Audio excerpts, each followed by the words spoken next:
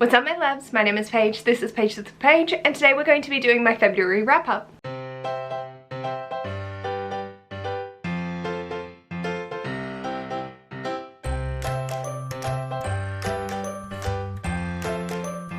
In the month of February, I was participating in a challenge that is the 1 week 1 shelf challenge created by Emily Fox, and I'll leave a link somewhere about the vlogs that I have done for that. It was a lot of fun, but that did mean that my TBR was not in my control, and I had an interesting reading month.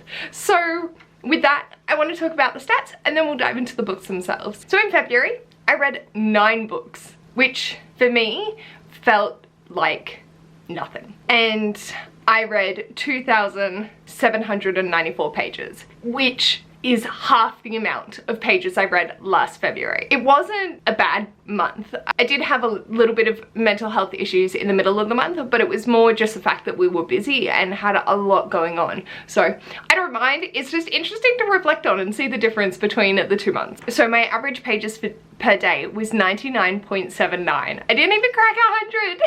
I was just shy, and that equated to 310 pages per book. So I read 3 that were in the 100s, 3 that were in the 200s, 1 that was in the 300s, 1 that was in the 400s, and 1 that was in the 800s. And my average rating was a straight 4-star. I read 1 classic, 1 contemporary, 3 fantasy, and 4 sci-fi. I read 1 physical book, 4 physical audiobooks, and 4 ebook and audiobook combinations. I read 3 middle grade, 1 YA, and 5 adult. I had 2 3-stars, 2 3.5 stars, 1 4-star, 2 4.5 stars, and 2 5-stars. I read 3 standalones. I didn't start any new series. I read 3 books that were a continuation of the same series, so I continued with 1 series. I caught up on 1. And I finished 2 by reading the 2nd book in duologies. I did say this was how I was going to make this goal this year. My biggest book was A Day of Fallen Night, which came to 840 pages. And my smallest book was The Hidden by K.A. Applegate, which was 121. My listening hours was 20.16,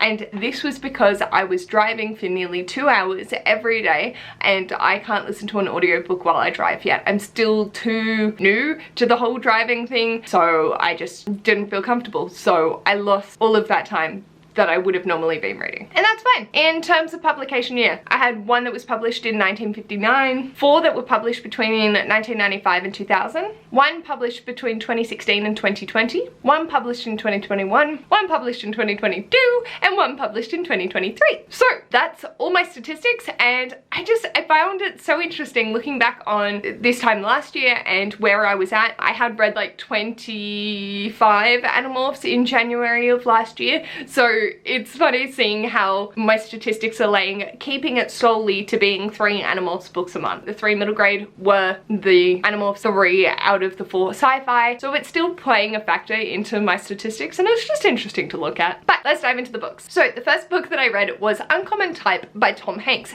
and this was actually fulfilling one of my goals for this year. That was to read my extended self-destruct. So this was on a self-destruct list. People voted for me to keep it, so I did, but I wanted to read it by the end of this year. It was a 3 stars. It was a very average read. It felt very much like Tom Hanks, and listening to the audiobook was delightful because it was him narrating it, but I never felt interested. It was very middle-aged white man talking about middle-aged white man stuff, and that's just not my vibe. So whilst it was enjoyable to listen to, it wasn't taxing on my brain. I don't need this around. And it's a collection of semi-interrelated short stories. There were elements of each that I liked, but nothing that wowed me. So yeah, this is, well, technically it's gonna go back onto Ash's shelves, and if he then decides that he doesn't want to read it, then I'll unhaul it. So it's staying in our collection, but I'm really just, it's gone. Next up, I read A Day of Fallen Night by Samantha Shannon. This is the prequel in the Priory of the Orange Tree Roots of Chaos series, and holy shit. 2 things to note, I gave this 5 stars. It's absolutely amazing, and Samantha Shannon's writing is just impeccable, and I adored it. But 2, I learned that I can't read physical books that are over 400 pages without wanting to stab my eyes out, because trying to get through this behemoth drove me insane. I didn't have the audiobook because it is the art copy and it wasn't released when I was reading it, and I was trying to speed read it so Ash could read it, as well as finish it in the week that I was doing it for this challenge, and it was just fuck. I still absolutely loved it and feel that I got so much out of it reading it in its physical form rather than just passively listening to the audiobook. So I appreciate it, but I'm also like, god damn, that was an effort. I think that the characters and world building in this is so interesting. We get to see the world prior to Priory and sort of the foundations of things. The characterization was just absolutely wonderful, and there wasn't a character in here that didn't fulfill a purpose. I just absolutely adored this and would highly recommend picking this up. Even if you struggled with Priory, I feel like you would be able to get into this a little bit easier, and then that makes more sense for Priory. Whilst their boundaries have changed and things aren't necessarily exactly the same as it was in Priory, it definitely gives it that little bit more of a foothold. So if you did want to give the series a go, feel free, but I absolutely adored this. Next up, I read The Hidden by K.A. Applegate, and I gave this a 3.5. So this was a Buffalo book. It was odd and I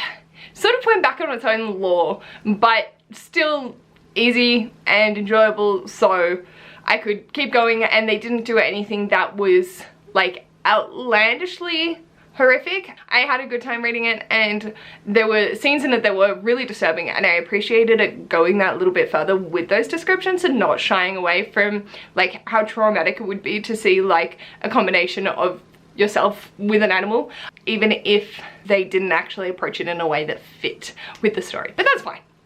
I'm sort of just like, they're gonna do whatever the fuck they want, so we'll just roll with it. Then I read the other, which is book 40 in the Animorph series, and I also gave this a 3.5. I definitely found the descriptions in this to be rather weird, and there was a lot of ableist descriptions used. Whilst it was challenged, it really destroyed one of the characters and didn't make it feel great. Admittedly, there was a moralistic discussion on the fact that you're a dick if you're having this ableist belief, but it also completely corrupted one of the characters and was definitely not their character format that I'd been leading to think that they were. Still, the rest of the story outside of that and the fact that it got challenged was interesting, and I don't want to say too much because like we're 40 books in, there's a lot that's going on, and a lot of it is also a little bit of rinse repeat. I did enjoy seeing the description of looking at a force field through a bee's eyes though. Next up, I read A Chorus Rises by Bethany C. Murray and gave this a 4.5. I adored where this went, and the commentary that was in it was absolutely immaculate. I just felt like it was a complete, not 180, but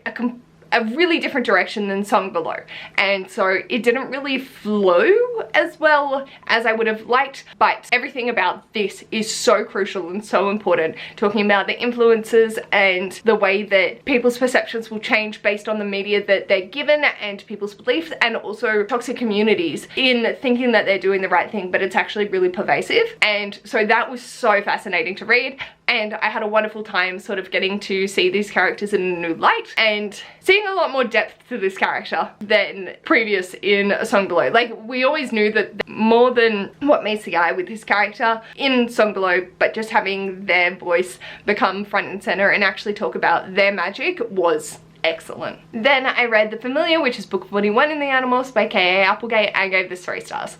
So the reason I gave the other 2 slightly higher was because things got challenged. It was like, yeah, cool, this is kind of shit, you're being a shit person, let's correct. But for this, it was just so left field. There was no rhyme or reason, there was no explanation. It was really a fucked up dream sequence, and also I was plagued with nightmares throughout the time that I was reading it, or started the night that I read this, so it sort of threw me through a loop mentally as well. Not that that's the book's fault, but it's a contributing factor to my enjoyment when I think of the book. And so it was so left field, it was so out of character for all of the characters, and it just felt unnecessary. So there was no real progression aside from including a new entity that we have no idea about. I hope that they have a bigger play in the discontinuing arc of the books, because I would like for that to be addressed and actually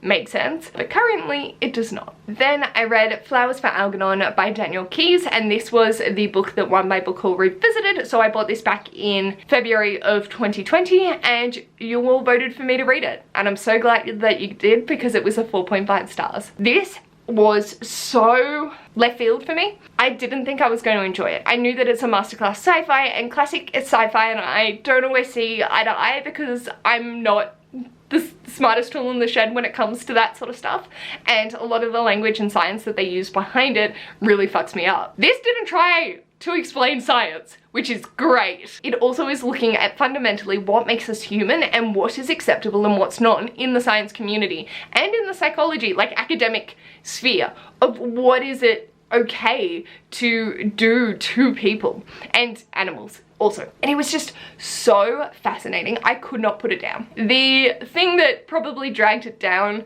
that half star for me was when our protagonist is at their peak of their time. They're like the most pretentious piece of shit, but I get it. Like, it was explained well enough that I understand why they were. I didn't like that characterization because I liked how they were when they were sweet and soft, and I know that that was fundamental to their person, but when they were going against that because they'd gained intellect, it was just a really jarring twist.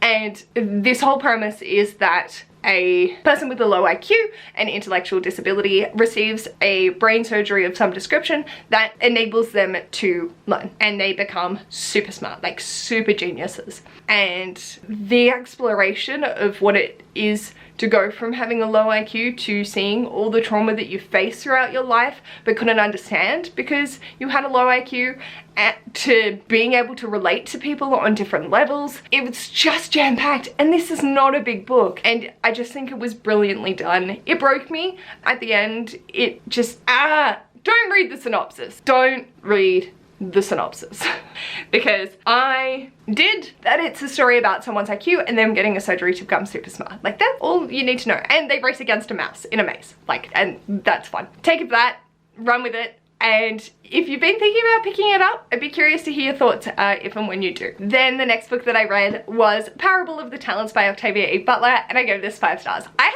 a really wonderful reading month in terms of when I read books that are my vibe and dealing with things that I love, which is social commentary. Whilst I'm not the most knowledgeable and I'm not the most articulate at being like, hey, social justice, like, let's be decent human beings to one another. When I read it in books, it just sits in my soul, and Ash and I have great chats. I just wish I could articulate that to you guys a little bit more, but it's fine. 5 stars. Absolutely amazing. I got this this month for my birthday from Tracy, as they had gifted me Parable of the Sower, and then by chance it came, the shelf that this was on came up for my 1 week 1 shelf, and so I was like, we're diving straight in. And I did, and I absolutely adored it. It hits harder than Parable of the Sower. It goes in such a way that just, ooh, it's so interesting. The characterization in this is absolutely amazing. I always go to Safe and Animal and then realize I can't pronounce it, so I changed to something else, and it just concerning. So fucking concerning. There is a quote on page 8, was it? Yes, page 8. Like, the whole of page 8 is traumatizing because this is set in 2032 and things are happening now. So, aside from that, absolute horror, this was just absolutely wonderful, and I highly recommend picking up Octavia E. Butler's work if you're interested. I'm noticing the more that I like books, the less I can talk about them. Apologies, but it's also the second book in a series, and so I would really just highly encourage you to go pick it up because it's wonderful and matches my jumper. This was not intentional. And then finally I read Elektra by Jennifer Saint, and I gave this 4 stars. I really enjoyed seeing Jennifer Saint's take on these 3 women and giving them experiences and voices and amplifying their voice, really. I think it's definitely something different, and I found that it wasn't a 5-star for me because when I first started it, I just recently read 1,000 Ships, and so the stories were very similar, so I was a little bit bored. So that was more a me problem than the book problem, but the characterization in this was fantastic, and it really told an interesting narrative, focusing on the 3 different voices. I really want to chat to Mel about it so I can finish off the snippets for the vlog and have that further in-depth discussion. I also was speed reading it a little bit as it was nearing the end of the month and just wanted to get through it. So my bad on that, but there will be a vlog coming out eventually with these different mythology projects that we're tackling, and so you'll be able to hear my full thoughts and further articulated thoughts after having the discussion with Mel. But overall, I really enjoyed it, and I think it was great having a narrow focus of characters that all offered a really different perspective. Whereas for 1000 Ship, it was just a lot of voices. All that I found interesting, but it was too many, whereas the 3 I think was a very good amount. I also forgot that Flowers for Algonon is actually checking off my scratch map, so I will insert footage of me scratching it off. Okay, I'm on the same page again.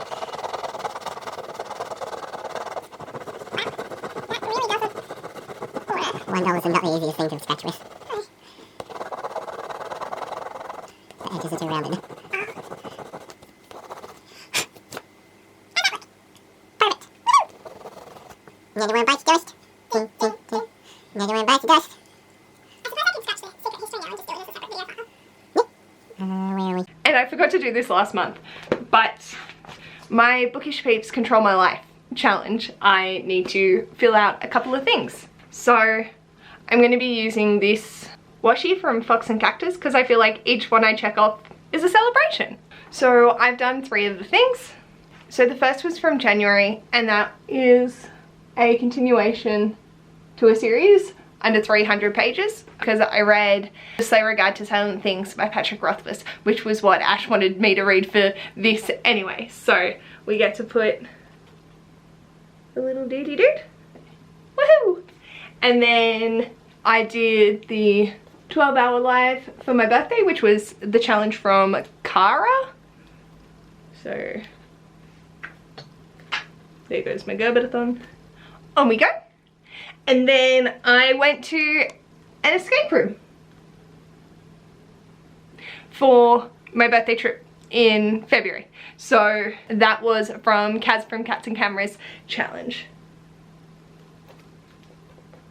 There we go! Oh my god! It looks so cute! I have too much loose paper in this. So, if I read Vengeful, Nothing to See Here, and Make a Korean inspired meal, then I will have completed 1 row. But I'm just going to keep going and seeing what I get to. I definitely am going to just try for everything. But no pressure if I don't. I know there will be different things that pop up throughout this year, and I'm just so thankful for everyone that contributed to the video. I'll leave it linked below, as well as my blogs and all of that good fun stuff, and anyone that I've mentioned. So, back to me. Signing off. So these plus 3 Animorphs and Elektra are what I read in February, and I'm so happy. Like, the only one I really didn't vibe with was White Old Man, and the Animorphs were not as highly rated, but I feel like we're going to get into the swing of it and it's going to be amazing. But these are beautiful, all picked off my shelves. It was great. Let me know in the comments what was the best book that you read in February, and how did your month go? How are you feeling? If you like this video, feel free to give it a big thumbs up. And if you'd like to see more of this mess, feel free to subscribe. I'll hopefully see you on my next video. Bye!